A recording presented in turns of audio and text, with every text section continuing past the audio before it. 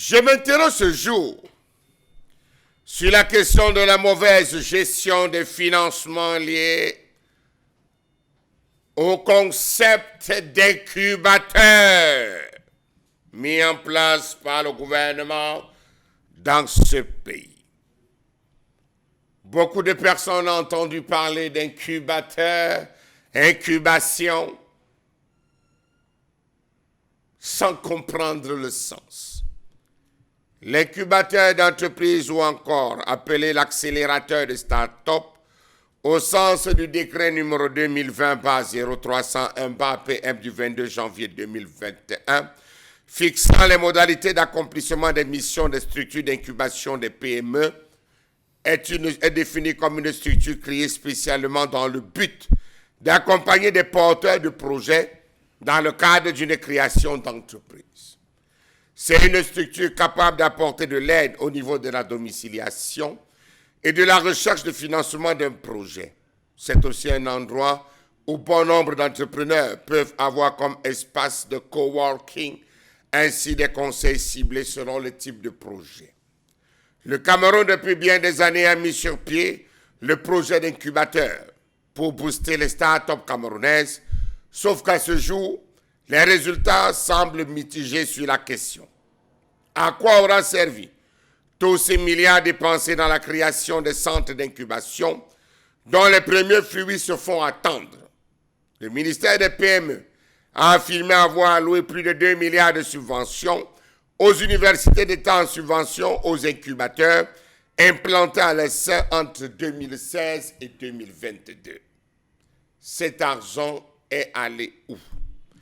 Dans la construction des universités, le ministre d'État, ministre de l'Enseignement supérieur, avait déclaré avoir axé et orienté l'ensemble des financements dans les principaux universités à la création des centres d'incubation. À ce jour, on se pose les questions, des questions, et c'est questionnable parce qu'il y a quelques années encore, pendant qu'on était en train de mener des enquêtes, ces centres étaient finis et attendaient équipement. Sauf que, dans le budget initial présenté, il y avait construction, aménagement et équipement. Pour ceux qui ne le savent pas, un incubateur est un centre d'accompagnement de porteurs de projets innovants dans les phases de création et de développement de leur entreprise. Dans ce type de structure, l'accompagnement est contenu et soutenu et personnalisé. L'objectif premier étant d'aider le porteur à structurer son projet, résoudre les hypothèses risquées grâce à une étude de marché approfondie et créer des opportunités, entre autres, grâce à des moments de mise en réseau. Visant des objectifs différents, le centre d'incubation est structuré en 3 étapes bien distinctes. On peut vous expliquer. Première étape, la couveuse. Elle permet de soutenir les entreprises aux prémices de leur existence en leur permettant de tester la viabilité de leur projet en limitant la prise de risques. Deuxième, la pépinière.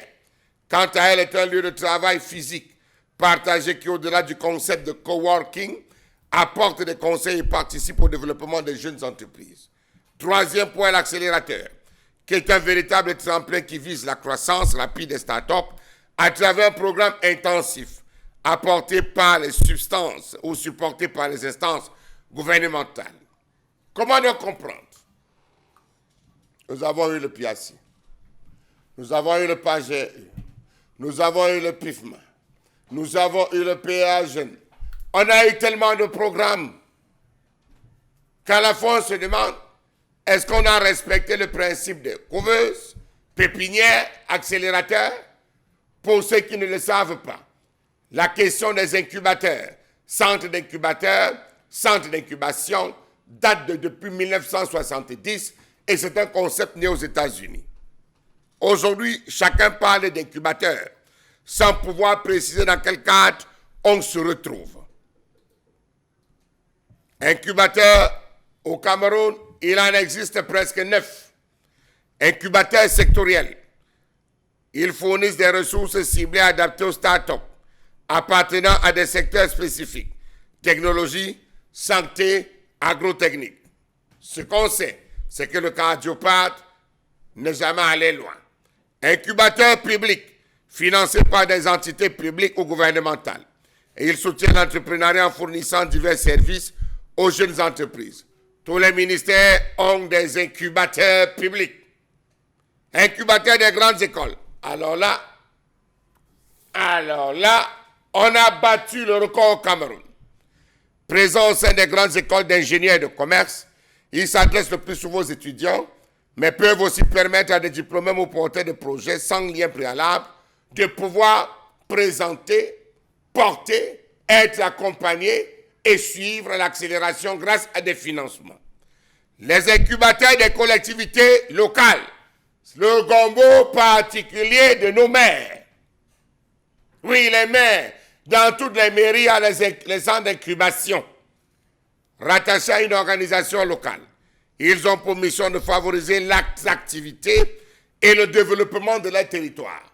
Chers sénateurs, chers parlementaires, chers conseillers régionaux, chers maires, les centres d'incubation dans vos différentes collectivités sont en fait un gombo personnalisé. La preuve, vous avez reçu des formations dans ce sens, comment défendre, porter, accompagner et financer. Nous avons les incubateurs des grandes entreprises.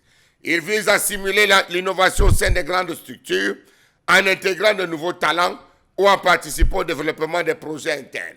Ce projet avait été lancé par le GICAM aujourd'hui, le GICAM anciennement appelé GICAM, un projet qui avait porté et qui demandait à toutes les entreprises d'être à même de pouvoir déceler ces talents qui vont être par la suite utilisés dans les grandes entreprises.